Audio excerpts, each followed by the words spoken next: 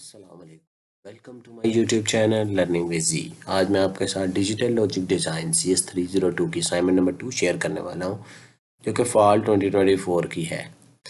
ये मेरा ख्याल है मिस्टेक हो गई है, यहाँ पर टीचर है, ये स्प्रिंग 2024 नहीं है, ये फॉल 2024 है, जिसकी ड्यू डेट 2 जनवरी 2025 है।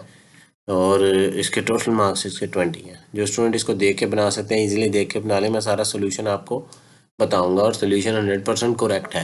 मैं आपको उसके हैंड आउट में से भी दिखा देता हूँ कि ये जो मैंने सॉल्यूशन इसका सॉल्व किया है, ये हैंड आउट में कहाँ मेंशन है, और सारी चीज़ें आपको क्लियरली एक्सप्लेन करूँगा आज।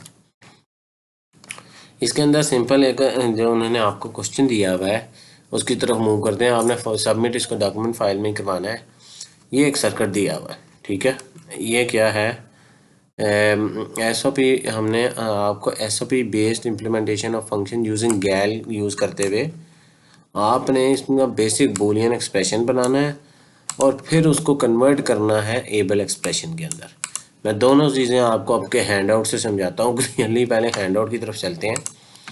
हैंड आउट में पेज 193 के ऊपर ये गैल दिया हुआ है, गैल सर्किट दिया हुआ है SOP फंक्शन के ऊपर। इसको कैसे किया हुआ है, जहाँ पर ऑन लिखा हुआ है हमने उसको काउंट करना होता है, उसको कंसीडर करना होता है टर्म, उस टर्म को कंसीडर करते हैं। पहले ए के ऊपर ऑन लिखा है, ए लिख लिया। उसके बाद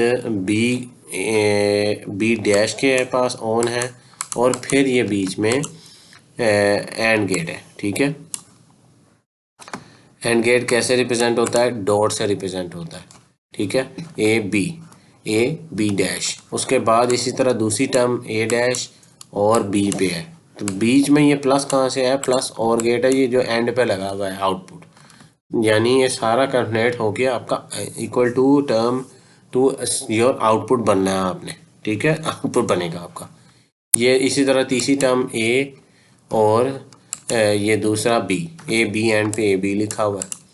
अब ये दो वेरिएबल का है, तो आप यहाँ पर गौर करें कि हमारे पास जो क्वेश्चन उन्होंने दिया हुआ है वो 4 वेरिएबल का है, ABCD। ए उसका यानी उल्टा जो होता है, ये डैश कंसीडर होती है, ये नॉट गेट कंसीडर होता है, यानी उसका इन्वर्टर उल्टा।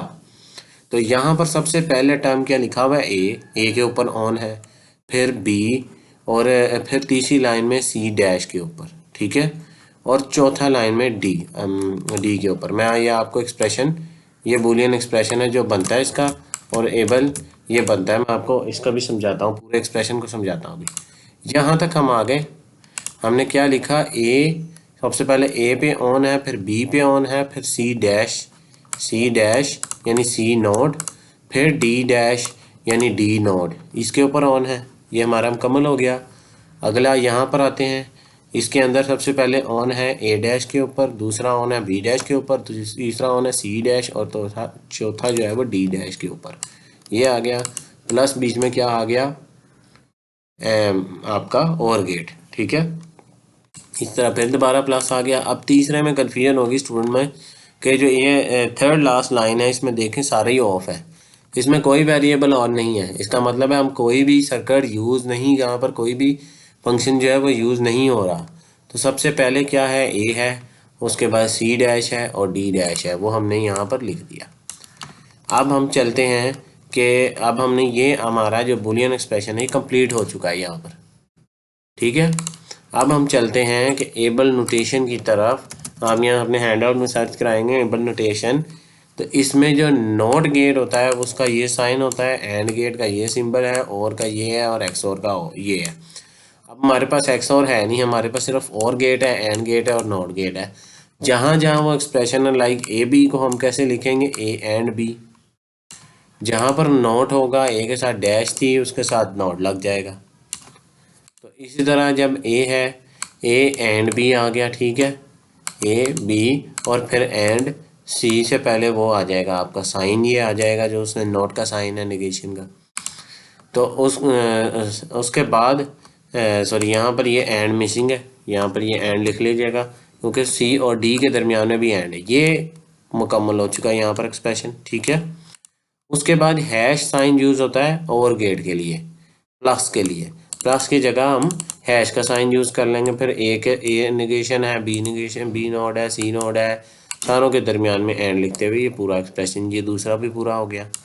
इसी तरह हमने हैश डाल के फिर तीसरे एक्सप्रेशन को भी पूरा कर लिया।